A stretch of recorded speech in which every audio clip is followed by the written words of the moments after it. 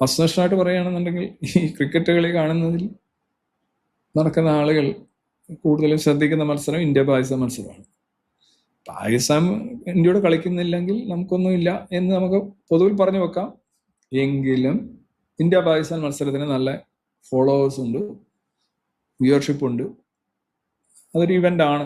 കാര്യം ആകെപ്പാടെ കുറച്ച് രാജ്യങ്ങളാണ് ക്രിക്കറ്റ് കളിക്കുന്നത്. അതിലൊരു ഇന്ത്യയും പാകിസ്ഥാനും തമ്മിൽ കൂടുതൽ ക്രിക്കറ്റ് കളിക്കണം എന്ന് ആഗ്രഹിക്കുന്ന ഒരാളാണ് ഞാൻ.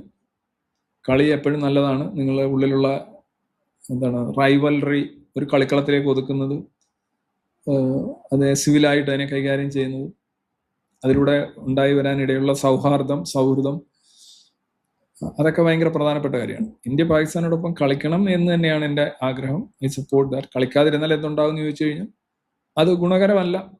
എന്താണ് സംശയം? എന്ത് ചോദ്യമാണ് അത്? റവന്യൂ വെച്ച് നോക്കിയാലും, ഫോളോവർഷിപ്പ് വെച്ച് നോക്കിയാലും, പൊളിറ്റിക്സ് വെച്ച് നോക്കിയാലും ഇന്ത്യ പാകിസ്ഥാനോട് കളിക്കാതിരിക്കുന്നത് നല്ലതല്ല.